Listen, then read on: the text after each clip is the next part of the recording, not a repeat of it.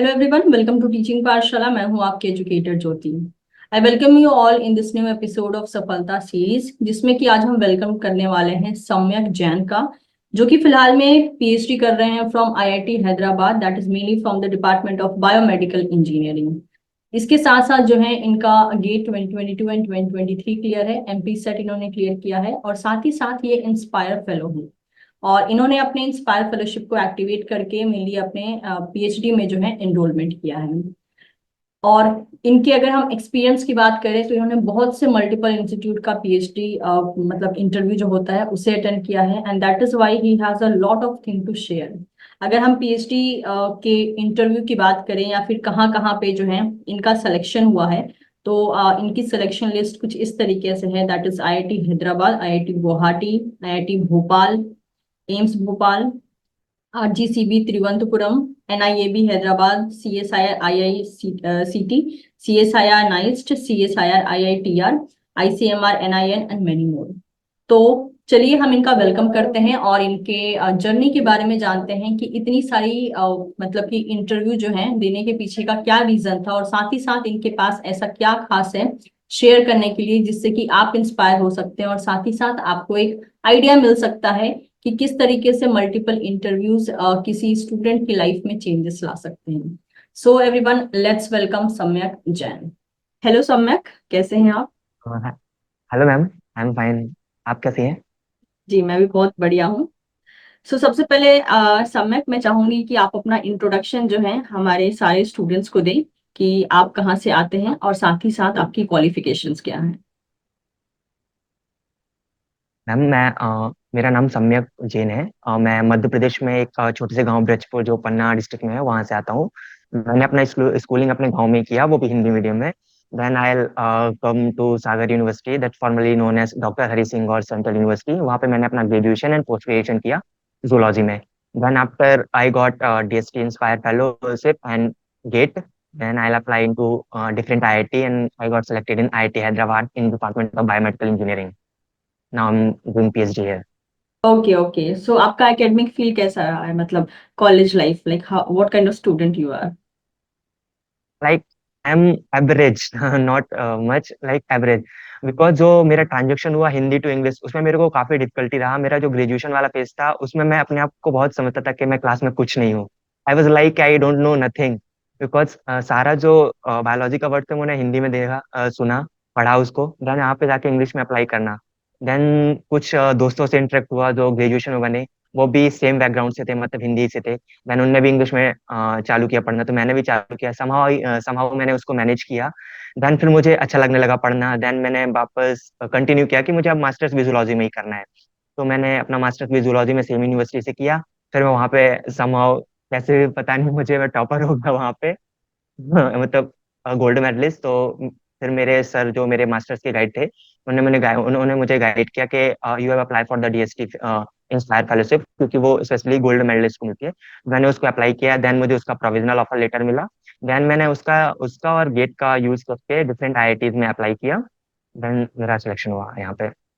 Okay okay, तो जैसे कि आपने कहा कि आपका हिंदी मीडियम था, उसके बाद कॉलेज में आके आपका इंग्लिश मीडियम में सारी चीजें स्टार्ट हुई, तो ये जो मतलब ये जो ट्रांजिशन पीरियड होता है ना, जैसे अभी भी मैं जो बच्चों को पढ़ाती हूँ तो उसमें ऐसे काफी बच्चे हैं जो हिंदी मीडियम से आए हैं, और उनके दिमाग में ये मिथ रहता है कि हम इसके साथ डील नहीं कर पाएंगे, एग्जाम तो कभी नहीं क्लियर कर पाएंगे। तो मैं जानना चाहूंगी कि आपने इसको कैसे ओवरकम किया, क्योंकि इसको ओवरकम करना इतना आसान नहीं है, हिंदी टू डायरेक्टली इंग्लिश में पूरा का पूरा ट्रांजिशन कर जाना। ये हमें खुद सोचना होगा कि हमें लाइफ में अगर कुछ करना है तो हमें उसको मतलब प्रॉब्लम्स को फेस करना होगा। तो मैं क्या करता था, अगर मेरे को इंग्लिश लिखने या बोलने में प्रॉब्लम आती थी तो जो मैं मूवीज देखता था उसमें सबटाइटल्स ऑन कर लेता था। उससे मुझे समझ में आता था कि मुझे एक्चुअली करना क्या है। एंड फिर रही बात पढ़ने की, तो मैं लाइब्रेरी जाता था, मतलब यूनिवर्सिटी की। वहाँ पे बहुत सारी बुक्स हिंदी इंग्लिश दोनों में होती थी, तो दोनों बुक्स को लेता था, दोनों को कंपेयर करता था। देन खुद के नोट्स बनाता था इंग्लिश में, जिससे मुझे मतलब इंग्लिश को सीखने में ज्यादा आसानी हुई। ओके और मेरे बहुत सारे फ्रेंड्स भी थे, उन्होंने मेरा बहुत सपोर्ट किया, जो भी हिंदी मीडियम से थे। अगर वो कुछ इंग्लिश में पढ़ते तो वो मुझे बताते थे, मैं कुछ पढ़ता था तो वो मैं उन्हें बताता था। एक ऐसा फेस भी आया कि लाइक हम लोग जब बीएससी सेकेंड सेम में थे, तो उसमें एक पेपर था कंपैरेटिव एनाटॉमी ऑफ वर्टिब्रेट्स। उसमें क्या था कि हमारा डी सेक्शन था, उसमें से हम 4 से 5 लोग ही पास हुए थे, बाकी सारे लोग को बैक आई थी। तो उसमें हम लोगों को इतना कॉन्फिडेंस मिला, जो हम हिंदी मीडियम होकर पास कर सकते हैं तो हम कुछ भी कर सकते हैं। तो ऐसे करके हम लोगों ने अपने आप को और मोटिवेट किया, और समहाउ ओके, तो मतलब सब कुछ ये अच्छा हो गया। ट्रांजिशन की जर्नी आपके लिए बहुत ज्यादा चैलेंजिंग रही या फिर एक्साइटिंग रही कि हाँ मैं कुछ नया लर्न कर एंड रहा हूँ? एक्साइटिंग थी, क्योंकि मुझे सीखना था एक्चुअली। क्योंकि मैं जब लोगों को देखता था वो इंग्लिश में बात कर रहे हैं, मैं नहीं कर रहा, समझ में आ रही है लेकिन बात नहीं कर पा रहा हूँ, कॉन्फिडेंस नहीं है। तो एक तो चैलेंजिंग चैलेंजिंग भी, मतलब मिक्स इमोशंस थे, लेकिन मैंने आखिरकार कर लिया, तो फिर मुझे अच्छा लगने लगा बात करने में।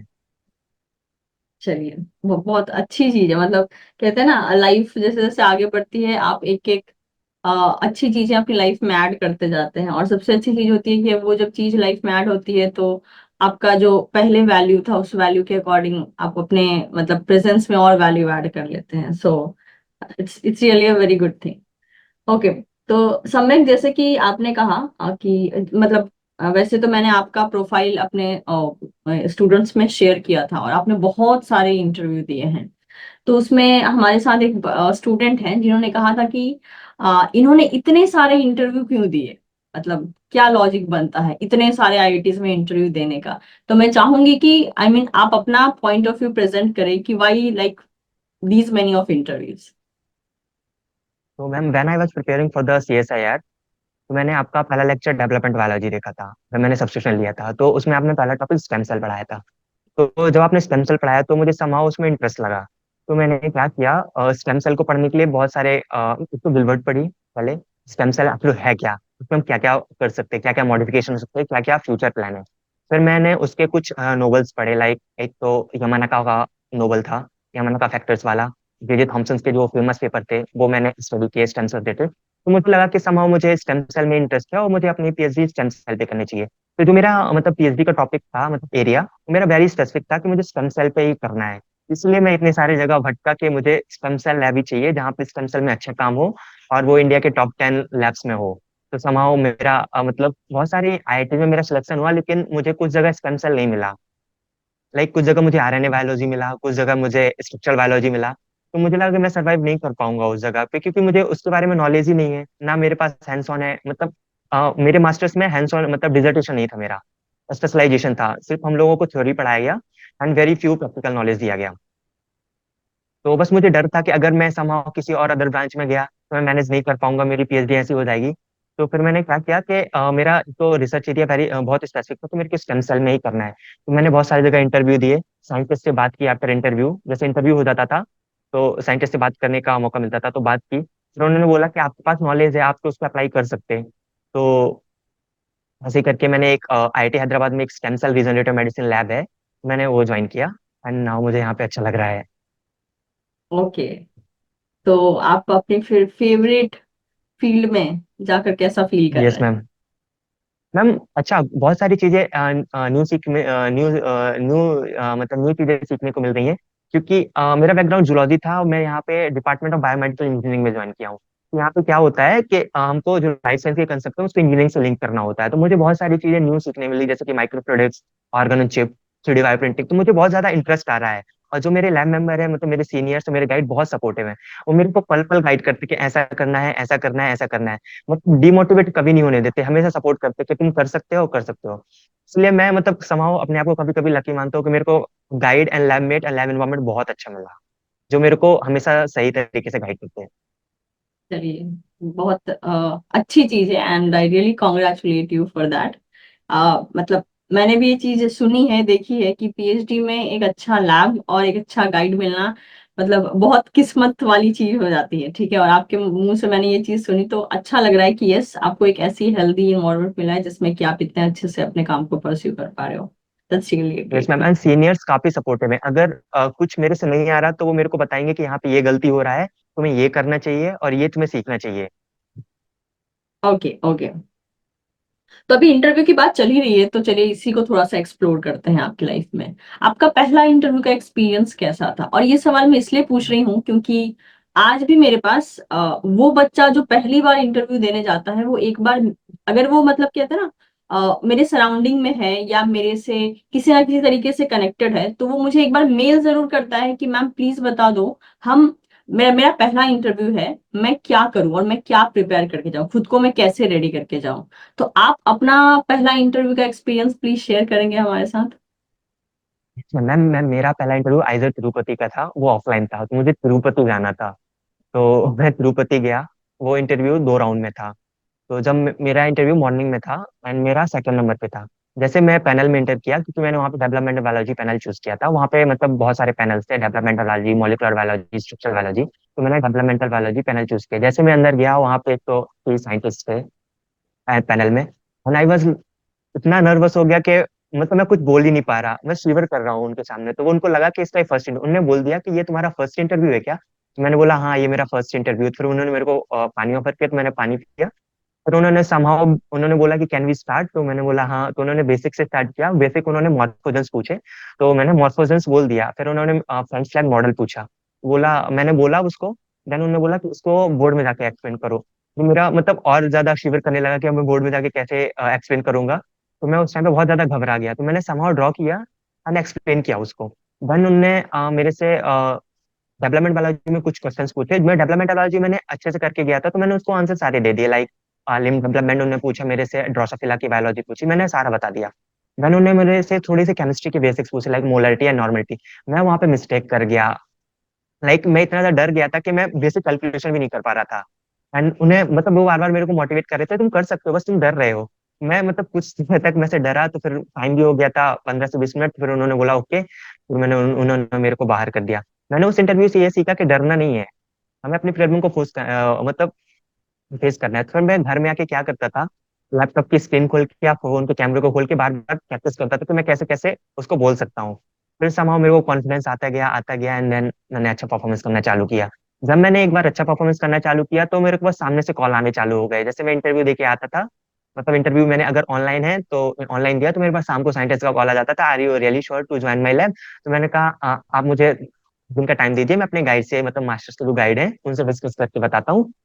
ऐसा करके मेरे को कॉन्फिडेंस आने चालू हो गया कि मैं भी सिलेक्ट होने लगा हूँ कहीं ना कहीं, ऐसे करके। Okay, great. तो ये तो थी आपके पहले इंटरव्यू का एक्सपीरियंस। अब मैं जानना चाहूंगी कि आपने अपने पहले इंटरव्यू की तैयारी के लिए क्या क्या किया था, मतलब हाउ यू हैव प्रोसीड। अगर हम कोई मतलब पर्टिकुलर लैब को टारगेट कर रहे हैं, तो सबसे पहले हमें उस लैब की वेबसाइट में जाके देखना होता है, क्योंकि हर एक लैब की अलग अलग वेबसाइट है। तो हम उस लैब की वेबसाइट में जाके देख सकते हो वहाँ पे काम क्या हो रहा है, कौन सी टेक्निक्स यूज हो रही हैं। हम उसको बेसिकली पहले टारगेट करें कि काम क्या है। जैसे कि सपोज कोई लैब माइटोकॉन्ड्रिया के प्रोटीन से वर्क कर रही है, तो हमें माइटोकॉन्ड्रिया के प्रोटीन्स को पता होना चाहिए, कौन सी टेक्निक उसमें यूज होती है, उसके आइसोलेशन में क्या होता है, और उसका बाद में फ्यूचर यूज क्या है। देन हम जाके जो उसमें लैब मेंबर्स हैं उनके प्रोजेक्ट देख सकते हो, वो किस पे वर्क कर रहे हैं। देन हम जाके कुछ साइंटिस्ट के एक दो पेपर पढ़ सकते हैं एंड जो ओवरऑल इंस्टीट्यूट को देख सकते हैं कि इंस्टीट्यूट में क्या रिसर्च हो रहा है। बाकी हम जो सीएसआर के लिए पेपर करते हैं, प्रिपेयर करते हैं, वो इनफ है। अगर हम 8 से 9 यूनिट टारगेट करते हैं, तो हमारे लिए इनफ हो जाता है कि हम कोई भी इंटरव्यू क्रैक कर सकते हैं। बस हमें थोड़ा स्पेसिफिक होना होगा, क्योंकि वहाँ पे जो इंटरव्यू में सेलेक्ट होते हैं वो सारे जेआरएफ या गेट है, उन सबको वो यूनिट के बारे में पता है। अगर हम कुछ यूनिक करके जाएंगे, तो वो हमारे लिए प्लस पॉइंट होगा सिलेक्शन होने के लिए। तो मैं वही सजेस्ट करूंगा कि आप लोग पहले कोई इंस्टीट्यूट है उसमें जो साइंटिस्ट को आप टारगेट कर रहे हो, उसकी लैब के बारे में आपको सब कुछ पता होना चाहिए कि इस लैब में क्या काम हो रहा है, कौन सी टेक्निक यूज हो रही है, और उसका फ्यूचर यूज क्या है।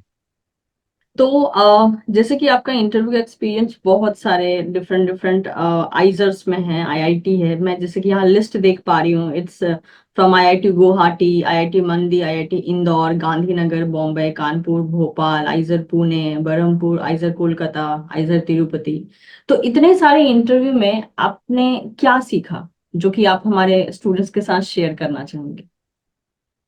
मैम मैंने इतने सारे इंटरव्यू देखे, अपने आप में कॉन्फिडेंस देखा कि मेरे को जो कॉन्फिडेंस बिल्डअप हुआ लोगों से बात करने के लिए एंड लोगों से इंटरेक्ट करने के लिए। क्योंकि पीएचडी हमारा मतलब समाव ये सब दिखता है, पीएचडी एकेडमिक्स नहीं है, वो हमारी ओवरऑल ग्रोथ भी करता है। तो ये जाके मेरे अभी भी यूज हो रहा है कि मैं अभी भी सीख रहा हूँ नई चीजें, कि लोगों से बात कैसे करते, लोगों से इंटरेक्ट कैसे करते। समाव जब मैं इतने सारे इंटरव्यू के लिए जाता था, मतलब घर में तो जैसे कि कोई इंटरव्यू 3 अप्रैल को है तो कोई 5 को, तो घर में आके सिर्फ एक दिन रुकता था, सुबह आया कि अपने मुझे को शाम को निकलना पड़े इंटरव्यू के लिए। वहां से दूर दूर सारे कुछ इंटरव्यू ऑनलाइन थे, कुछ ऑफलाइन थे। तो मैं हर जगह जाता था, हर जगह नए नए लोग मिलते थे, कुछ मतलब कहीं और से होते थे। लोगों से इंटरेक्ट करता था, लोगों की बारे लोगों के सुनता था कि उनके पास ये डिसर्टेशन एक्सपीरियंस है, मेरे पास कुछ नहीं है, मतलब मैं समहाउ बस मास्टर्स कंप्लीट किया हूँ, वो भी एक सेंट्रल यूनिवर्सिटी से, बस। तो उससे जाके मतलब कभी कभी लगता था कि मेरे पास कुछ नहीं है, लेकिन जब मैं इंटरव्यू पैनल के अंदर जाता था, जब मैं आंसर देना चालू करता था, तो मुझे लगता था हाँ मैं भी कुछ कर सकता हूँ। तो समहाउ मेरे को एक तो मोटिवेशंस आते थे, एंड कॉन्फिडेंस भी बिल्डअप होता था। ये सारे इंटरव्यू से मैंने यही सब सीखा।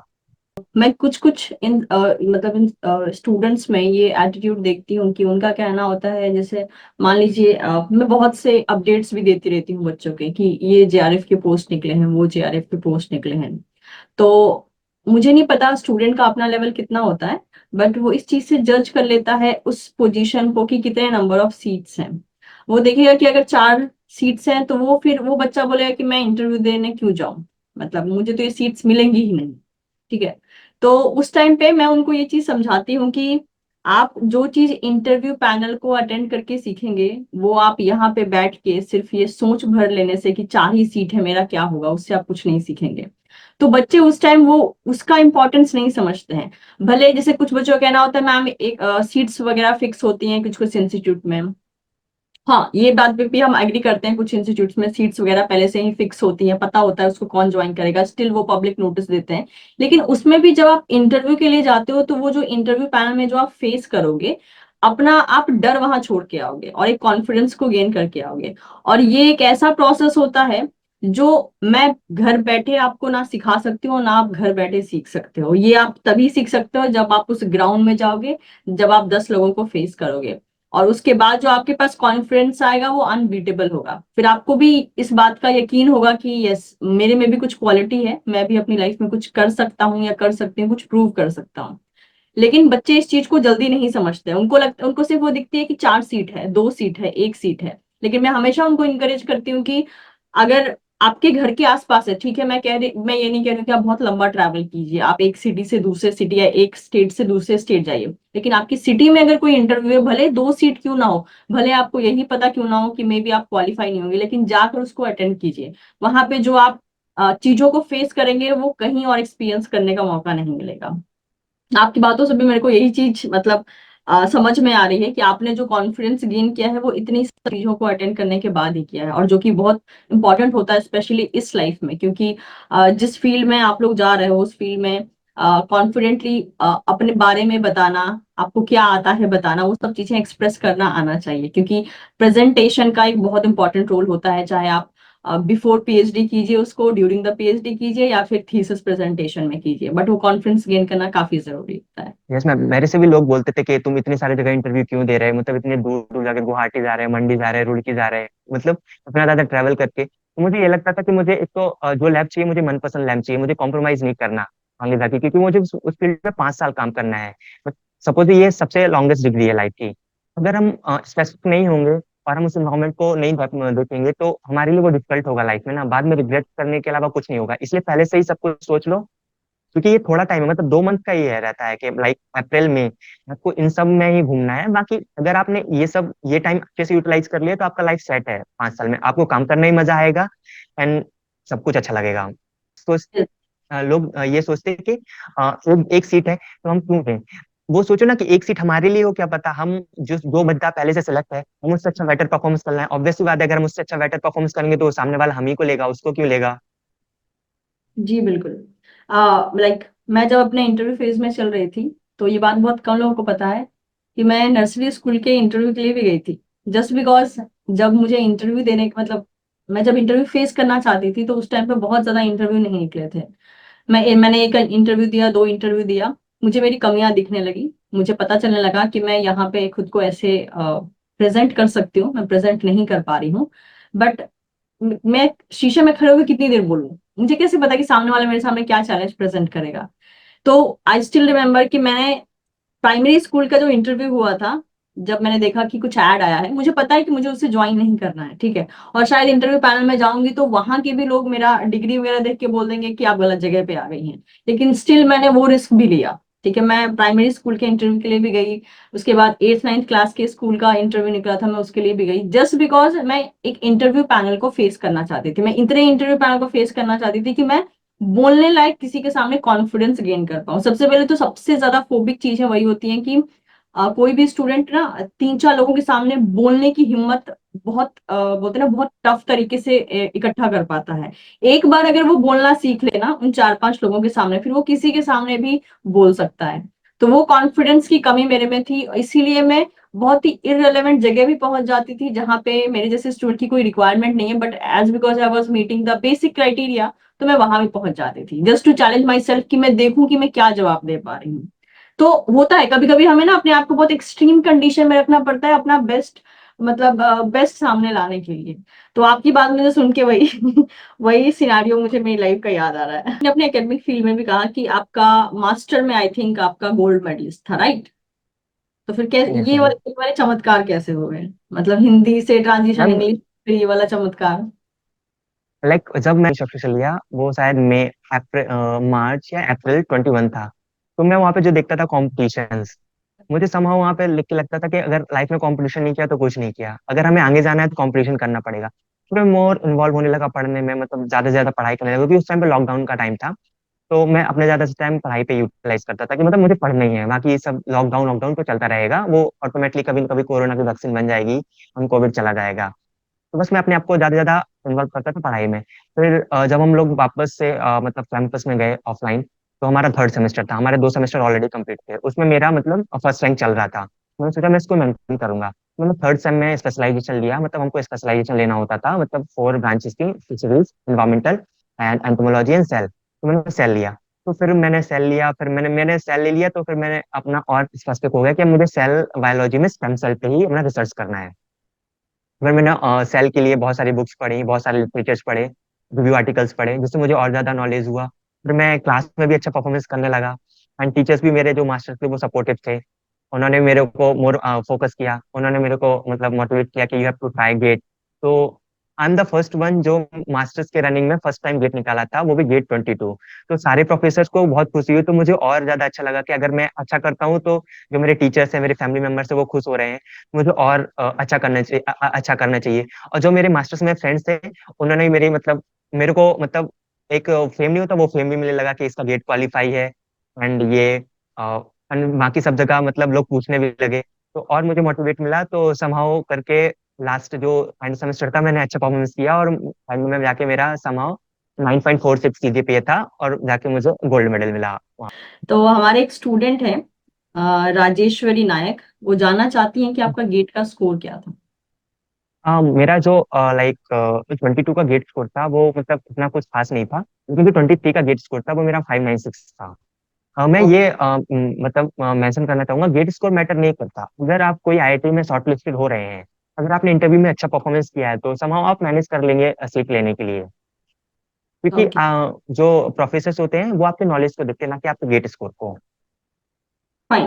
बस जैसे कुछ आईआईटीज का मिनिमम क्राइटेरिया रहता है कि लाइक 550 गेट स्कोर होना चाहिए और 600 गेट स्कोर होना चाहिए। अगर आपका उतना है, अगर आप शॉर्टलिस्टेड हो रहे हैं, तो आप इंटरव्यू में अच्छा परफॉर्मेंस करो, बाकी सब भगवान देख लेंगे एंड प्रोफेसर देख लेंगे, आपको कुछ नहीं लेना है उससे। अच्छा, जैसे अभी फिलहाल में गेट का रिजल्ट निकला था, तो काफी बच्चों के गेट स्कोर उतने अच्छे नहीं थे, काफी बच्चों के एवरेज थे। तो क्या मतलब ऐसे स्टूडेंट के लिए आईआईटीज एनआईटीज में मतलब क्या अपॉर्चुनिटीज हो सकती हैं या फिर नहीं हो सकती हैं?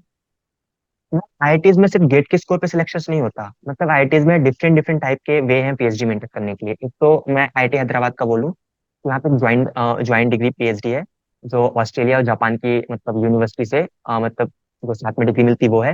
एंड एक आईडी पीएचडी है जो इंटरडिसिप्लिनरी पीएचडी होता है। उसमें वो लोग क्या देखते हैं, अगर आपका जस्ट गेट क्वालिफाई है, अगर आपका सिर्फ सीएसआई या नेट पहले से है, उसके बेस पे भी इन कर सकते हैं। उसमें पहले से आईडी पीएचडी में क्या होता है, आपको जो पहले से प्रोजेक्ट मेंशन होते हैं, आपको बस उसके डिजायरेबल क्वालिफिकेशन पे देखना है कि आप उसमें फिट बैठ रहे हैं या नहीं। अगर आप उसमें फिट बैठ रहे हैं तो आप अप्लाई करो, अगर आप इंटरव्यू में अच्छा परफॉर्मेंस करोगे, आपको जो प्रोजेक्ट का फंड है उससे आपको मतलब 5 साल वो मिलेगा फेलोशिप। और फेलोशिप नॉर्म भी सेम होते हैं, 37 एंड 42 जो अभी न्यू है। हम उसमें जो कंटीजेंसी है वो ज्यादा होती है, हम लोग को जो यूजली कंटीजेंसी 20 के मिलती है, उसमें कंटीजेंसी 50 के मिलती है, तो प्रॉफिट ही है। और सबसे बड़ा प्रॉफिट ये है कि हमारे 2 गाइड होंगे, 2 गाइड 2 सुपरवाइजर होंगे। तो हमें जाके अगर हम पोस्ट डॉक के लिए ट्राई कर रहे हैं, तो हमारे पास रेफरेंस लेटर ज्यादा होंगे, और हमें ज्यादा लाइक सोर्सेस मिलेंगे जानने के लिए कि कहाँ पे पोस्ट डॉक वैकेंसी है इन फ्यूचर। मिकासा का पूछना है कि आपने कौन से इम्पोर्टेंट टॉपिक्स को अपने इंटरव्यू सीरीज के लिए स्पेसिफिकली कवर किया था।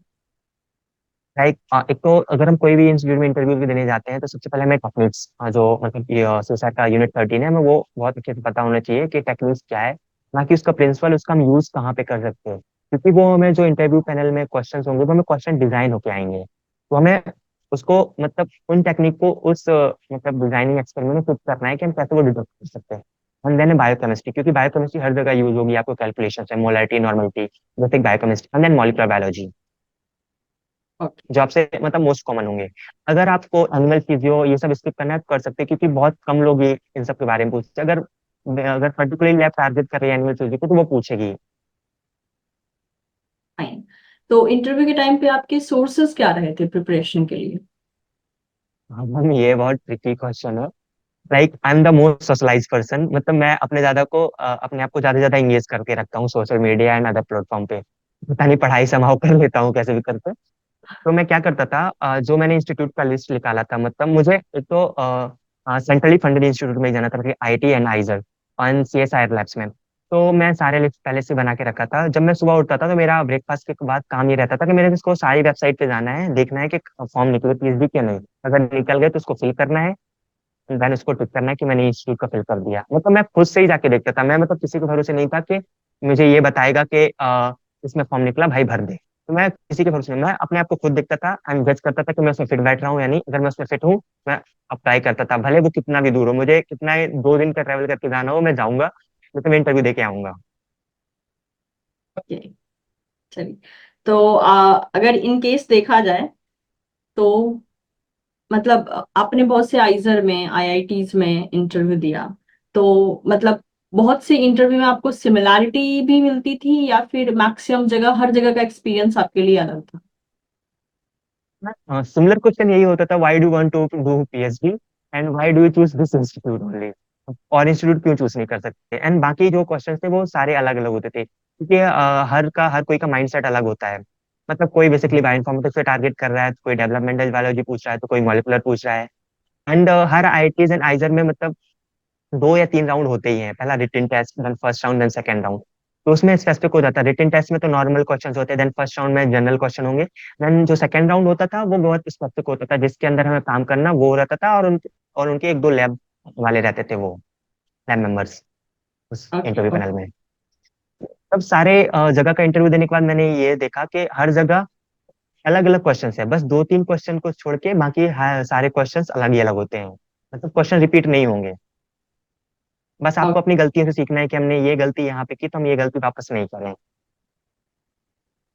तो ये इंटरव्यू के जो क्वेश्चंस के लेवल होते थे वो कैसे लेवल के होते, मतलब उसको आप कैसे जज करोगे।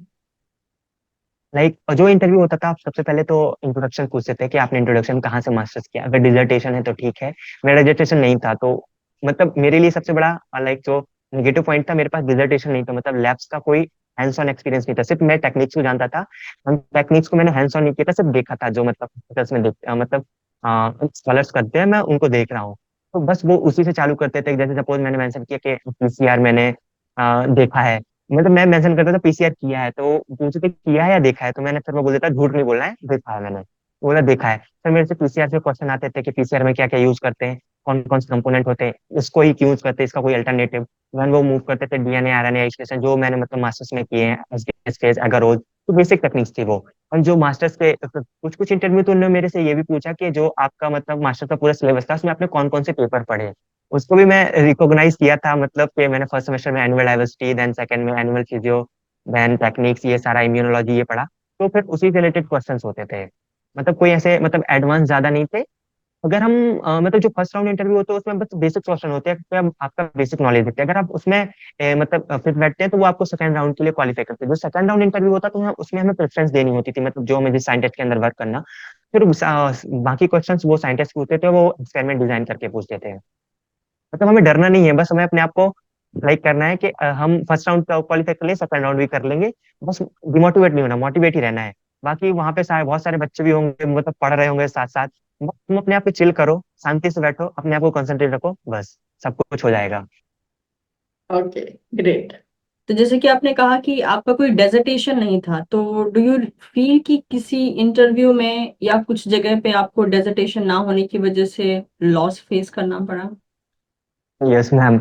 मैम मेरा मतलब एनसीसीएस पुणे स्टार्टिंग से मन था कि I I have to go NCCS Pune. Somehow मैंने फर्स्ट राउंड वहाँ पे क्वालिफाई किया, एंड मैं सेकंड राउंड के लिए जब वहाँ पे गया, तो समहाउ मुझे लगा कि अगर मेरा डिसर्टेशन होता तो मैं यहाँ पे सिलेक्ट हो पाता। मैं सेकंड राउंड पे वहाँ पे रिजेक्ट हो गया था, मतलब जो फाइनल लिस्ट आई थी उसमें मेरा नेम नहीं था। तो आई बस क्योंकि मेरे को डिमोटिवेट हुआ कि अगर मेरे पास डिसर्टेशन होता तो शायद मैं एनसीसीएस में जा पाता। एंड बाकी और कहीं तो ऐसा नहीं लगा, क्योंकि मेरे पास जो नॉलेज था वो था, नॉलेज था। लाइक मैं सारे क्वेश्चन के आंसर दे देता था, एंड प्रोफेसर बोलते थे आप सीख लोगे, आपके पास नॉलेज है, आप उसको अप्लाई कर लोगे। मतलब एक ही जगह मुझे ऐसा लगा, बाकी ऐसा कहीं नहीं लगा कि डिसर्टेशन ना होने का कोई मतलब डिसएडवांटेज है। ओके। यानी लाइक जनरली जैसे होता है, जिन बच्चों का डेजर्टेशन नहीं होता है उनको एक डर रहता है मन में कि मे बी हमारा सिलेक्शन कभी हो ही नहीं सकता है। तो आई थिंक इस आपके इस जवाब से उनको आंसर मिल गया होगा कि उनको वैरायटी ऑफ इंटरव्यू पैनल मिलेंगे, कहीं वो आपकी कमी को मतलब आपको दिखाएंगे कि हाँ एम्पलीफाई करेंगे, और कहीं पे आपका नॉलेज उनको जो है डोमिनेट कर जाएगा। तो I think it's completely depend from interview to interview, right? Yes ma'am. And it also vary from institute to institute, क्योंकि कहीं कहीं कुछ कुछ इंस्टीट्यूट में ये होता है, जब हम फॉर्म एप्लीकेशन फॉर्म फिल करते हैं तो वहाँ पे एक कॉलम होता है कि आपका कोई मास्टर्स में प्रोजेक्ट या डिसर्टेशन है या नहीं। अगर आपका नहीं है तो सिंपली आप वहाँ पे ये लिख दो कि I have a hands on training on this technique. बस सिंपल सा, अगर आपके पास है डिसर्टेशन है तो आप डिसर्टेशन का टाइटल लिख दो, अगर नहीं है तो सिंपली मेंशन कर दो कि I have a specialisation in cell and molecular biology, क्योंकि जनरली जो जूलॉजी एंड बॉटनी से होते हैं उनके पास डिसर्टेशन नहीं होता, बाकी हर बच्चों के पास डिसर्टेशन होता है। एंड जो अभी न्यू एजुकेशन पॉलिसी आई उनमें शायद जूलॉजी वालों ने इंक्लूड कर दिया डिसर्टेशन, क्योंकि मेरे जो यूनिवर्सिटी थे अब मेरे जूनियर से डिसर्टेशन कर रहे हैं। तो ओके। अगर आपके पास है तो आप मेंशन कर दो, नहीं है तो आप खाली छोड़ दो, या फिर मेंशन कर दो जो आपने टेक्निक्स की हैं। एक बहुत ही इंटरेस्टिंग सा क्वेश्चन है। अनूप राय, आई थिंक कोई स्टूडेंट है, उन्होंने पूछा है why did you choose IIT Hyderabad in spite of getting selected in आइजर Bhopal? Okay ma'am, इसका मेरे पास मतलब बहुत अच्छा रीजन है। जो मेरा आइजर भोपाल में सिलेक्शन हुआ था उसमें मेरे को लैब मिली थी आरएनए बायोलॉजी लैब, उसमें मेरे को काम करना था अल्टरनेटिव स्प्लाइसिंग पे। तो मतलब मुझे पता था कि मैं कर सकता हूँ, लेकिन मेरा जैसे एरिया फिक्स था कि मुझे स्टेम सेल पे ही जाना था। जब मैंने आईटी हैदराबाद का इंटरव्यू दिया, मतलब जिस मैं प्रोफेसर को टारगेट कर रहा था, मेरा इंटरव्यू बहुत अच्छा गया था। फिर मेरा उनसे बात हुआ इंटरव्यू के बाद, तो उनसे बात करने के बाद मुझे लगा कि मैं इस लैब के लिए फिट हूँ, क्योंकि वहाँ पे पर्टिकुलरली स्टेम सेल पे ही टारगेट करता है, मतलब यहाँ पे कैंसर स्टेम सेल एंड जो नॉर्मल स्टेम सेल होती है मेसेंकाइमल स्टेम सेल उस पे ही। तो मैं समहाउ फिट था उस लैब के लिए। तो मैंने ज्वाइन चूज कर लिया कि मैं आईटी हैदराबाद में ही जाऊंगा, क्योंकि यहाँ पे मेरे को बहुत सारा नई चीज सीखने मिलेंगी। और एक और अलग बात थी कि जो यहाँ पे डिपार्टमेंट था वो बायोमेडिकल इंजीनियरिंग था, क्योंकि आजकल इंटरडिसिप्लिनरी का एरिया है। अगर हम इंटरडिसिप्लिनरी रिसर्च नहीं कर रहे हैं तो हमारा मतलब फ्यूचर्स में बोल नहीं सकते कि कम स्कोप है, लेकिन हमारे चांसेस ज्यादा होंगे अच्छी जगह प्लेस होने के। तो फिर मैंने सर से बात की कि सर मुझे एक्चुअली करना क्या होगा, तो सर ने बोला कि ये मतलब work in microfluidics, organ on chip, 3D bio printing. मुझे सुन के भी अच्छा लगा कि नए नए टर्म है, कुछ हैवी अभी सुन के भी अच्छा लग रहा है। तो मैंने सोचा कि मैं ये कर सकता हूँ। जब मेरे सीनियर्स मुझे ये सिखाने लगे तो मुझे अच्छा लगने लगा कि हाँ मैं इसके लिए फिट था। अगर मैं आरएनए बायोलॉजी में जाता तो समा मुझे बेसिकली वही एग्रो जेल इलेक्ट्रोफोरेसिस करने होते, डीएनए आरएनए आइसोलेशन करना होता है। लेकिन यहाँ पे मेरे को इन सब की चीजों के साथ साथ जो हमारा लाइसेंस के मतलब नॉलेज को हम इंजीनियरिंग फील्ड में अप्लाई कर रहे हैं, तो मुझे अच्छा लग रहा है। इसलिए मैंने आईआईटी हैदराबाद चूज किया। और एक और रीजन था कि आइजस में क्या होता है कि वो रिसर्च के लिए स्पेसिफिक होते हैं कि हमें सिर्फ रिसर्च ही करनी है। मतलब कैंपस लाइफ मैं बोल नहीं सकता कि है या नहीं, क्योंकि मैंने एक्सपीरियंस नहीं किया। लेकिन आईआईटीज में कैंपस लाइफ है, आपको यहाँ पे फेस्ट भी होंगे एंड अदर एक्टिविटीज भी होंगी, बहुत सारे क्लब्स भी होंगे, आप उनको भी ज्वाइन कर सकते हैं। आपकी जो सेल्फ ग्रोथ है वो भी हो सकती है, आप मैनेज मतलब टीम को कैसे मैनेजमेंट करना वो भी सीख सकते हैं। इसीलिए मैंने आईआईटी चूज की, आईआईटी हैदराबाद चूज की। Okay okay. तो मैं उम्मीद करती हूँ जिनका ये सवाल था उनको जवाब मिल गया होगा कि क्यों उन्होंने आईआईटी हैदराबाद चूज किया। निरुपमा का पूछना है, at last what did you learn from all the interview faced, what was your favourite interview all and why? हाँ, मेरा all of the favourite interview IIT Hyderabad का था, आईआईटी गुवाहाटी का था। एंड मैंने ये लर्न नहीं किया कि तो मेरे को जो मतलब खुद पे मोटिवेट आ रहा था कि मैं हर जगह पे अब क्वालिफाई कर सकता हूँ। मतलब बोल सकते कि खुद पे विश्वास होने लगा कि मैं ये कर सकता हूँ। एंड जो मेरे लोगों से बात करने की मतलब शैली हुई, वो और ज्यादा डेवलप हुई। मैं एक्सट्रोवर्ट था ही, मतलब अप्रोच कर लेता था, लेकिन समहाउ मैं कहीं कहीं चुप बैठ जाता था कि हाँ मैं यहाँ से हूँ तो मेरे को ज्यादा नहीं बोलना चाहिए, लोग क्या सोचेंगे। लेकिन फिर मैं बहुत सारे लोगों से इंटरेक्ट किया, मतलब डिफरेंट डिफरेंट प्लेसेस में जाके, तो मुझे लगा कि हाँ मेरे अंदर खुद ग्रोथ हो रहा है। ओके, चलिए। तो आपने अपना अभी एक अलग सा, कहते हैं, पार्ट डिस्कवर किया है इन सारी इंटरव्यू जर्नी में, यस है ना? मैम। बहुत जरूरी यस होता है। मैम, कोई आप। खुद को मतलब मैं क्या हूँ वो मुझे पता चला कि अब मैं ये हूँ, मैं ये कर सकता हूँ। मतलब पहले मैं ऐसा था कि अगर कोई मेरे साथ नहीं जा रहा है तो मैं वो प्लान कैंसिल कर देता था या फिर मैं जाता ही नहीं था। और इन केस मैं मतलब ग्रेजुएशन में ये भी होता था कि अगर कोई मेरे साथ ब्रेकफास्ट करने जा रहा तो मैं भी कहता था अगर नहीं जाना है तो मैं ब्रेकफास्ट स्किप कर देता हूँ, नहीं जाना ब्रेकफास्ट करने। लेकिन यहाँ मतलब जब मैं इतनी सारी जगह ट्रेवल किया, मैंने ये सीखा कि लाइफ में हमेशा अकेले ही रहना है। मतलब को फैमिली तो साथ रहेगी, फ्रेंड्स भी साथ रहेंगे, लेकिन हर जगह वो नहीं रहेंगे, हमें अकेले ही हर जगह हर चीज का एक्सपीरियंस करना है। तो इसीलिए ओके, एकता का पूछना है, some tips for MP SET preparation. अगर आप सीएसआई नेट के लिए अगर आपसे पढ़ रहे हैं, मतलब सर और मैम से, तो आपको कोई अलग सोर्स लेने का जरूरत नहीं है। आपका जो एमपी सेट का सेकंड पेपर है आप यूं क्वालिफाई कर लेंगे, क्योंकि उसमें बहुत सिंपल से क्वेश्चन होते हैं, डायरेक्ट क्वेश्चन होते हैं और नेगेटिव मार्किंग नहीं होती है। सबसे बड़ा एडवांटेज ये है, आप यूं क्वालिफाई कर लोगे। एंड जो फर्स्ट पेपर होता है आपके लिए, उसके लिए कुछ स्पेसिफिक बुक है अरिहंत की, तो आप उसको प्रेफर कर सकते हैं, आप इजिली टारगेट कर सकते हैं अगर आप सीएसआई नेट के लिए अच्छे से पढ़ रहे हैं तो। मतलब इसका MP set hard and fast नहीं है कि हमें बहुत सारी अलग से प्रिपरेशन करनी होगी, उसके लिए अलग से टेस्ट सीरीज ज्वाइन करनी होंगी। वो टाइम वेस्टिंग है। अगर आप टेस्ट सीरीज ज्वाइन करने की जगह जो प्रीवियस ईयर के क्वेश्चंस हैं वो प्रैक्टिस करें। लेकिन एमपी सेट में एक अनसर्टेनिटी ये है कि वो जब मैंने दिया था वो 2018 के बाद हुआ था, तो उसमें मेरे साथ मेरे जूनियर्स भी थे, मेरे पीएचडी वाले भी थे, जो मतलब मेरी यूनिवर्सिटी में पीएचडी वाले थे, उनके सबके साथ बैठ के कॉम्पिटिट करना वो था। लेकिन समहाउ मैंने क्वालिफाई कर लिया उसको। मतलब ये चीज तो देखी गई है कि सेट एग्जाम में थोड़ी रेगुलरिटी की कमी होती है, किसी किसी स्टेट के सेट लेकिन एग्जाम। हाँ, हाँ, अभी यूनिफॉर्म। 23 का उन्हें नोटिफिकेशन दे दिया जल्दी से। जी। एक स्टूडेंट का सवाल है कि आपका आपने सीएसआईआर क्यों नहीं दिया? हाँ एक्चुअली मैंने सीएसआर दिया था सितंबर 22। समहाउ जनरल कैटेगरी होने के लिए जीआरएफ नहीं हुआ था। तो फिर मेरे पास डीएसटी इंस्पायर फेलोशिप आ गई थी, मतलब डीएसटी इंस्पायर फेलोशिप का प्रोविजनल ऑफर लेटर, एंड मेरे पास गेट का स्कोर अच्छा था, मतलब 23 का। मैंने उसका यूटिलाइज करके मतलब इंटरव्यू देने चालू किए और मेरा सिलेक्शन हो गया। तो इसलिए ओके, मतलब कि मैंने फिर उसको ट्राई नहीं किया। एंड फिर मैं जून का टारगेट कर रहा था, लेकिन जून का एग्जाम था, जून 23 का, उस टाइम पे मेरा कहीं और का इंटरव्यू था तो मैं वहां पे था, तो मैंने वो स्किप कर दिया था। फिर उसके बाद मैंने एप्लीकेशन फिल नहीं किया। अगर इन फ्यूचर करूंगा तो मैं आपके साथ जरूर शेयर करूंगा। ओके, मतलब कि आगे का प्लान है कि सीएसआर टारगेट करना है। हाँ यस मैम, क्योंकि अल्टीमेटली फिट वही है ना, क्योंकि प्रिपरेशन उसी के लिए की थी। Okay okay okay, great. ये क्वेश्चन मेरा है वैसे, कि आपको क्या लगता है कि आपने थ्रू आउट द जर्नी में ऐसा क्या गेन किया जिससे कि आपका सिलेक्शन इतने मल्टीपल आईआईटीज एंड आइजर में पॉसिबल हो पाया? खुद पे विश्वास। अगर हमें खुद पे विश्वास है, वो बीरेन सर का एक लाइन है ना, करना है तो करना है। अगर हम वो ठान लेते हैं तो हम कर सकते हैं, चले कितने भी प्रॉब्लम्स हो, कितने भी इश्यूज हो। बस अगर हम उसको वो कर लेते कि हमें इस जगह पे जाना है तो हम जाके ही रहते हैं। क्योंकि वो बोलते हैं ना कि अगर हम कुछ करते हैं तो पूरी कायनात उसको वो करने में हेल्प करने लगती है। वो मतलब समहाउ कहीं ना कहीं लाइफ में अप्लाई होता है। अगर हम सच्चे दिल से बोल रहे हैं कि हमें इस इंस्टीट्यूट में जाना है, अगर हम उसके लिए दिन रात मेहनत कर रहे हैं तो हम वहां पे जाएंगे। और अगर हम एक बार किसी चीज के लिए कमिटमेंट कर देंगे तो हम अपने आप पे खुद पे ग्रोथ देखेंगे कि हमने आज मतलब समहाउ 3 घंटे पढ़ा तो कल हम 4 घंटे पढ़ेंगे। खुद पे ज्यादा इन्वेस्ट करने लगेंगे। ओके, तो अब अगला सवाल आपके लिए है इंस्पायर फेलोशिप से, क्योंकि आप एक इंस्पायर फेलो हैं।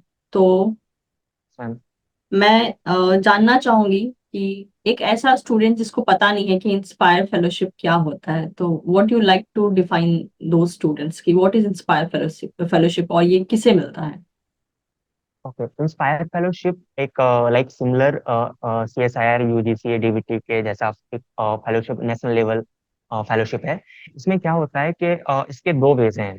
अगर आप एक इंस्पायर स्कॉलर हैं सिंस 12, और आप एक यूनिवर्सिटी टॉपर या गोल्ड मेडलिस्ट हैं। इंस्पायर स्कॉलर मींस अगर आप 12th से इंस्पायर को यूज कर रहे हैं, जो 12th की परसेंटेज होते हैं, जो मतलब टॉप 2% में बच्चे आते हैं, उनको इंस्पायर, अगर वो इंस्पायर पोर्टल पे जाकर रजिस्टर करते हैं तो उनको इंस्पायर फेलोशिप मिलती है। एंड एक दूसरा है, अगर आप यूनिवर्सिटी में, अगर सपोज आपने एमएससी जूलॉजी से किया, अगर आप उसमें फर्स्ट पोजीशन लिए हैं तो आपको यूनिवर्सिटी गोल्ड मेडल मिलेगा। देन आप इंस्पायर के लिए एलिजिबल हो। लेकिन इसमें एक कंडीशन है, आपको गोल्ड मेडल मिला है, ये जरूरी नहीं है अगर 70% से ऊपर गोल्ड मेडल होना चाहिए, क्योंकि कोई कोई यूनिवर्सिटी में 66 में भी गोल्ड मेडल मिल जाता है तो वो इंस्पायर के लिए एलिजिबल नहीं है। ये बेसिकली साइंस फील्ड के लिए डेडिकेटेड है, like agriculture science and PCMB. और इसमें दो क्राइटेरिया है सेलेक्ट होने के। अगर आप एक ऑलरेडी इनरोल्ड है पीएचडी के लिए, तो आप जब इंस्पायर के लिए अप्लाई करेंगे तो आपको डायरेक्ट फाइनल ऑफर लेटर मिलेगा। अगर आप पीएचडी में इनरोल्ड नहीं है तो आपको पहले इंस्पायर पोर्टल पे जाकर रजिस्टर करना होगा, अपने सारे डिटेल्स फिल करने होंगे। एंड आपको उसकी कुछ लाइक रिक्वायरमेंट होती है, वो आप इंस्पायर पोर्टल में जाके देख सकते हैं कि क्या क्या रिक्वायरमेंट है। एंड आपको जब ये सारा फिल कर देंगे तो कुछ 2 या 3 मंथ बाद आपके पास प्रोविजनल ऑफर लेटर आएगा, जैसे सीएसआईआर का स्कोर कार्ड आता है, सर्टिफिकेट आता है। आप उसको लेके आईआईटीज, आइजर, सीएसआईआर इंस्टीट्यूट में अप्लाई कर सकते हैं। आपने अगर वो अप्लाई की, उसके मतलब उस स्कोर कार्ड को लेके अप्लाई किया, फिर आपको क्या करना होता है, अगर आप कोई भी आईआईटीज या आइजर में पीएचडी के लिए आ गए, आपने रोल ले लिया, सारी फॉर्मेलिटी एडमिशन की प्रोसेस पूरी कर ली, तो आपका विद इन 1 मंथ, मतलब ये जरूरी नहीं है लेकिन लोग क्या करते हैं, विद इन मंथ में ही अपना डिटेल रिसर्च प्रपोजल होता उसको सबमिट करना होता है। लाइक सपोज आपका एडमिशन 15 जुलाई को, तो आपको 15 अगस्त तक आपको डिटेल रिसर्च प्रपोजल इंस्पायर की वेबसाइट पे सबमिट करना है। उसको इंस्पायर का जो प्रपोजल बनाने के लिए कुछ पॉइंट्स होते हैं, वो इंस्पायर में उसका फॉर्मेट पहले से अवेलेबल है। आपको उसी फॉर्मेट को देखते हुए वो प्रपोजल अपलोड करना होता है। जब आप प्रपोजल अपलोड कर देंगे, उसके 2 या 3 मंथ बाद आपको पास फाइनल ऑफर लेटर आएगा। उसके लिए आपकी गाइड का सीवी बहुत ज्यादा इंपॉर्टेंट है। डिपार्टमेंट का रोल, डिपार्टमेंट मतलब कितना रिसर्च हो रहा है, इंस्टीट्यूट, आपका इंस्टीट्यूट मतलब कौन सा एनआईआरएफ रैंकिंग है, एंड मोस्ट इम्पोर्टेंटली आपका रिसर्च प्रपोजल, एंड आपका एकेडमिक्स मतलब एकेडमिक बैकग्राउंड कैसा है आपका। ये सारे फैक्टर मिला के वो समहाउ जो वहाँ पे कमेटी होती, वो डिसाइड करती कि आपको समहाउ 100 में 60 स्कोर करना है, देन आपको इंस्पायर फाइनल ऑफर लेटर दे जाता। और फेलोशिप भी सीएसआईआर के सिमिलर है, 37 के during JRF, and SRF will be 42 के। ओके, यानी इंस्पायर फेलोशिप से मिलने वाले बेनिफिट जो है वो इक्विवेलेंट हैं सीएसआईआर के in terms of doing the PhD. हाँ। Okay, great. एंड इंस्पायर, अगर आप इंस्पायर फेलो हैं तो आपको ये इन फ्यूचर पीएचडी के बाद भी मतलब हेल्प करेगा। एक अलग हर मतलब इंस्पायर में होते हैं वो इंस्पायर फैकल्टी पोजीशंस निकलती हैं। मतलब पीएचडी कंप्लीट करने के बाद IITs and आइजर and CSI institute में कुछ फैकल्टीज निकलती है, जैसे कि इंस्पायर जो यूनिवर्सिटी होता है वो फंड देता है फैकल्टी को अपना खुद का इंडिपेंडेंट रिसर्च ग्रुप खोलने के लिए। अगर आप इंस्पायर फेलो हैं ड्यूरिंग योर पीएचडी, तो आप ही एलिजिबल हैं उसके लिए। तो आपको पास इजिली मौका है कि आप इजिली असिस्टेंट प्रोफेसर या साइंटिस्ट में जा सकते हैं, अपना खुद का इंडिपेंडेंट रिसर्च ग्रुप खोल सकते हैं। ओके। ओके, तो सम्यक, ये तो वही आपके एकेडमिक्स, आपके इंटरव्यू, आपके एक्सपीरियंस की बात है। इसके अलावा आप क्या क्या हॉबीज रखते हैं? लाइक हॉबीज में मैम बैडमिंटन खेलना मेरा हॉबीज है। एंड ज़्यादा से ज़्यादा मैं टाइम स्पेंड करता हूँ पढ़ाई पे ही। एंड ज़्यादा से ज़्यादा मैं सोशल मीडिया पे भी एक्टिव एक्टिव रहता हूँ, मतलब मोस्टली फोटोग्राफी एंड वीडियोग्राफी, उसको सारे को एडिट करके रील्स के थ्रू एंड शॉर्ट्स के थ्रू सोशल मीडिया पे पोस्ट करना, ये मेरे हॉबीज है। मैं अपने आप को ज़्यादा से ज़्यादा इन चीज़ में एंगेज रखता हूँ, जिससे मैं मुझे कुछ ज़्यादा सोचना नहीं पड़े और मैं अपने आप पे बिजी रहूँ, मतलब अपना लाइफ कैसे मैनेज कर पाऊँ। ओके। तो जैसे कि अभी हम देख रहे हैं एक मतलब एजुकेशन फील्ड में भी, स्पेशली जैसे पहले होता था ना कि स्टूडेंट्स के पास डिग्री होना पहले थोड़ा रेयर होता था, कि हाँ आपको कोई गिना चुना स्टूडेंट मिला है जिसके पास ये XYZ डिग्री है। आज के टाइम में ऐसा हो रहा है कि बहुत सारे मतलब बच्चे आज के टाइम में मेहनती हो गए हैं, सिंपल भाषा में कहा जाए तो। वो डिग्रियां जो पहले यूनिक एंड रेयर होती थी, अब वो कॉमन हो गई हैं। आज के टाइम में वो डिग्री हर 10 में से किसी 6 स्टूडेंट्स के पास रहता है। तो ऐसे केस में कंपटीशन और बढ़ गया है, मतलब अपने आप को प्रूव करना इंटरव्यू पैनल के सामने जाकर, या फिर जहां भी आप इंटरव्यू देने जा रहे हैं वहां पे प्रूव करना अपने लिए मतलब एक बहुत बड़ा चैलेंज बन गया है। तो आप कोई ऐसा मैसेज देना चाहेंगे स्टूडेंट्स के लिए कि ये जो वक्त जैसे जैसे बदल रहा है, डिमांड बदल रही है, तो वैसे ही हमें खुद को भी किस तरीके से तैयार करना है, वो भी डिमांड मतलब धीरे धीरे बदलती रहती है। तो आप इस पे हमारे स्टूडेंट्स को कुछ मतलब कि मैसेज देना चाहेंगे? जब मैंने 12th की थी, जब मैंने बीएससी में एनरोल किया था, तो लोग बोलते थे क्या बीएससी कर रहा है, वो तो तू डिस्टेंस मोड पे भी कर सकता था, क्यों रेगुलर मोड पे कर रहा है, एमएससी भी क्यों कर रहा है, एमएससी बीएससी के बाद कोई गवर्नमेंट एग्जाम की प्रिपरेशन करो, 2-3 साल में जॉब लग जाएगी, ये वो। लेकिन मेरा ये बोलना है, अगर आप कोई नॉर्मल सी डिग्री कर रहे हो, तो आप उस डिग्री को यूनिक बनाओ ना, कि आप उस डिग्री को यूनिक कैसे बना सकते हैं, क्योंकि वो डिग्री तो सब कर रहे हैं, आपकी यूनिकनेस आपको बाद में जाके प्रॉफिट देगी। आपको सबसे पहले यूनिक होना होगा और उस सब्जेक्ट में पकड़ बनानी होगी, क्योंकि आप उस सब्जेक्ट में मास्टर्स कर रहे हो, आपको उस सब्जेक्ट के बारे में सारा नॉलेज होना चाहिए। एंड दूसरी बात, मतलब ये नहीं सोचो कि हमारा डिग्री नॉर्मल है, हम इस डिग्री को कैसे यूटिलाइज कर सकते हैं वो हमें देखना चाहिए। अगर आप मतलब पर्टिकुलरली टारगेट कर रहे हो, आपको एकेडमिक्स में ही जाना है, तो ये डिग्री जरूरी है, क्योंकि ये बेसिक रिक्वायरमेंट्स हैं कोई भी पीएचडी में एनरोल करने के लिए। आपको ये करनी होगी, और आपको अपना गोल पहले से ही डिसाइड करना होगा कि मुझे यही करना है। मतलब बाद में प्लान बी लेके नहीं चलना होगी, अगर आप प्लान ए प्लान बी में स्विच करते रहेंगे, तो आपकी मेंटल स्टेट को ही बिगाड़ेगा और कुछ नहीं। चलिए, तो हमने आपसे बहुत सी चीजों पे बात की, आपके एकेडमिक्स पे बात किया, इंटरव्यू पे बात किया, आपके बहुत से एक्सपीरियंसेस पे हम लोगों ने सुने। तो कोई ऐसा लास्ट मैसेज जो आप अपने स्टूडेंट्स को, अपनी ऑडियंस को देना चाहेंगे जो आपको सुन रहे हैं, रिगार्डिंग आप भी एक पीएचडी फेलो हैं फिलहाल में, स्टूडेंट रह चुके हैं, इनफैक्ट अभी भी स्टूडेंट है, बिकॉज आपने कहा अभी भी आप एग्जाम टारगेट कर ही रहे हैं। सो इन दैट केस आप मतलब अपना क्या मैसेज देना चाहेंगे हमारे स्टूडेंट्स को? बस मैसेज यही देना चाहेंगे कि डटे रहो, मतलब मेहनत करना नहीं छोड़ो, बाकी फल मिलता रहेगा। अगर आप मेहनत करना छोड़ दोगे तो आपको फल नहीं मिलेगा। एंड ये बात रखो कि आपके पास आपकी फैमिली का सपोर्ट हमेशा रहेगा। कभी ये मत सोचो कि आपकी फैमिली आपको सपोर्ट नहीं करेगी, फैमिली हमेशा आपको सपोर्ट कर रही है। अगर आप सक्सेस हो रहे तो भी, अगर आप सक्सेस नहीं हो रहे तो भी, आपकी फैमिली हमेशा आपको सपोर्ट करेगी। और ऐसे लोगों से बात करो जो आपको मोटिवेट करें। जैसे कि मेरा एक फ्रेंड है, सर्वज्ञ, वो मेरे को हमेशा मोटिवेट करता है। उसको मेरे फील्ड के बारे में कोई नॉलेज नहीं है, मतलब he is from different background like art. वो मेरे को हमेशा मोटिवेट करता है कि भाई तू कर सकता है ये। अगर मैं अपनी उसको प्रॉब्लम सुनाता हूँ, तो मेरे को हमेशा सही डायरेक्शन में लेके जाएगा कि तू ये कर सकता है, तू ये कर, तू इसके लिए ही है। मतलब ऐसे लोगों से बात करो जो आपको मोटिवेट करें। मतलब दुनियादारी में नहीं पड़ो कि ये लोग ये मेरे बारे में बोल रहे हैं। जो लोगों का अगर हम वो सोचेंगे जो लोग सोचते हैं, तो फिर लोगों के पास क्या रहेगा सोचने के लिए। एंड बाकी मैम सर तो है ही है सही डायरेक्शन में ले जाने के लिए, क्योंकि जो फेज होता है प्रिपरेशन वाला, वो मैम सर के अलावा कोई अच्छे से नहीं करा सकता। टीचिंग पाठशाला एंड वेदमी एंड ई लर्नम बेस्ट है। Thank you so much for your feedback.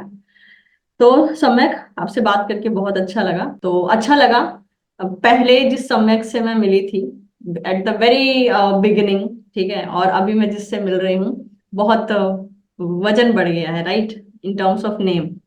तो सबसे पहले तो आपको बहुत बहुत कांग्रेचुलेशन, आपकी फैमिली को बहुत बहुत कांग्रेचुलेशन इतनी सारी अचीवमेंट्स के लिए। और सबसे अच्छा लगा मुझे ये जान के कि बहुत अर्ली बेसिस पे जो है आपने अपने ड्रीम को प्रोसीड किया, आपने अपना जो कहते हैं ना आपका टारगेट लैब था, आपने उसे ज्वाइन किया। और मुझे आगे भी जान के खुशी होगी जो भी आपकी अचीवमेंट्स आएंगी। मैं आगे भी पूरी कोशिश करूंगी कि अगर आपके अचीवमेंट्स में और भी चीजें अगर ऐड होती हैं तो वो भी मैं हमारे स्टूडेंट्स के साथ इन फ्यूचर शेयर करूँ। So thank you so much Samyak for joining us with teaching एक पाठशाला। बात बोलना चाहूंगा मैम। जी। हाँ, आपने और सर ने मतलब मेरा लाइफ को जो वे है ना जीने का, वो डिफरेंटली चेंज कर दिया। पहले मैं क्या करता था, सिर्फ चीजों को रटता था। लेकिन जब से मैंने आप लोगों से पढ़ना चालू किया, तो मैं उस चीजों को समझने लगा हूँ, उस कंसेप्ट को अपने माइंड में बिठाने लगा हूँ कि ये कंसेप्ट ऐसे ही होता है। रट बिल्कुल भी नहीं हूँ। मैं 12th तक क्या होता था, पूरी चीजों को रट लेता था कि लाइक ये पेज नंबर पे ये क्वेश्चन है, ये आंसर्स है, मेरे को सारे मेमोराइज रहते थे। लेकिन जब से मैंने डांट खानी चालू की आपकी क्लासेस में, तब से मुझे लगा कि रटने से कुछ नहीं होगा, अगर हम उसको अप्लाई नहीं कर रहे तो कुछ नहीं होगा। तो आप दोनों ने मेरे जो मतलब लाइफ को देखने का नजरिया बदल दिया, इसके लिए बहुत सारा शुक्रिया ma'am, and thank you for जानकर दिस अच्छा लगा कि हमारी अपॉर्चुनिटी। डांट काम आई है। वरना अक्सर कुछ कुछ बच्चे इस होते हैं, हम उनको डांट देते हैं, वो नाराज हो जाते हैं कि आपने हमको कैसे डांट दिया। ठीक है, बट मैम होता मेरे को तो इसमें बात में है। मेरे को बिल्कुल भी बुरा नहीं लगता। आप लोग डांटते थे तो मुझे और लगता था कि मेरे को वो मिल रही, क्या बोलते हैं, अटेंशन मिल रही क्लास में। डांट से ही मिल रही, लेकिन अटेंशन तो मिल रही है कम से कम। तो मेरे को अपने प्लस पॉइंट में ऐड करता था ना, कि अगर मैं और अच्छा करूंगा तो और अच्छी अटेंशन मिलेगी। जी। तो आपका जो भी ट्रांसफॉर्मेशन हुआ है वो हमें भी देख के बहुत अच्छा लगा है। और अच्छा लगता है देखिए कि हाँ, जो बच्चे हमसे जुड़े थे, किस मतलब किस हालात में जुड़े थे और आज वो किस तरीके से अपनी लाइफ को लीड कर रहे हैं। तो we we really feel proud कि हमारे पढ़ाए हुए स्टूडेंट्स अभी इस जगह पे जाके काम कर रहे हैं। जब हम लोग किसी अलग अलग इंस्टीट्यूट में कभी विजिट भी करते हैं ना, और वहां पे मतलब ऐसा हमेशा ही होता है कि जिस भी कहीं भी किसी भी इंस्टीट्यूट में जाए, मिनिमम भी ऐसा हो तो कुछ ना कुछ स्टूडेंट हमें मिल ही जाते हैं। तो उस टाइम पे अच्छा लगता है, मतलब प्राउड फील होता है कि हाँ, मतलब आज के टाइम में जिन जिन बच्चों को हमने पढ़ाया है वो यहाँ पे रहकर अपना अपने सपने को पूरा कर रहे हैं, अपनी फैमिली के सपने को पूरा कर रहे हैं। सो इसमें समय। मेरे को यहाँ बहुत सारे स्टूडेंट्स मिले सारे क्लियर करके आके यहाँ पे पीएचडी कर रहे हैं। जब मैं इंटरव्यू देने जाता था तो वहां पे भी लोग मिलते थे। जब मैं उन लोगों को अपना नेम बताता था सम्यक, तो बोलते तो वो ज्योति मैम वाली क्लास वाला सम्यक। तो ये ऐसे लोग, फिर वो मेरे को लोग बोलते थे कि मैं आज अपने दोस्तों से बोलूंगी कि मैं उस सम्यक से मिली जो ज्योति मैम की क्लास में था। तो मुझे भी अच्छा लगता था कि मैं फेमस हूँ थोड़ी, कुछ कुछ लोगों के बीच में। ओके ओके ठीक है सम्यक, thank you so much for joining अस, अच्छा लगा आपसे बात करके। और थैंक यू मैम सो किसी भी मच। टाइप की हेल्प की जरूरत हो आप हमें रीच आउट कर सकते हैं।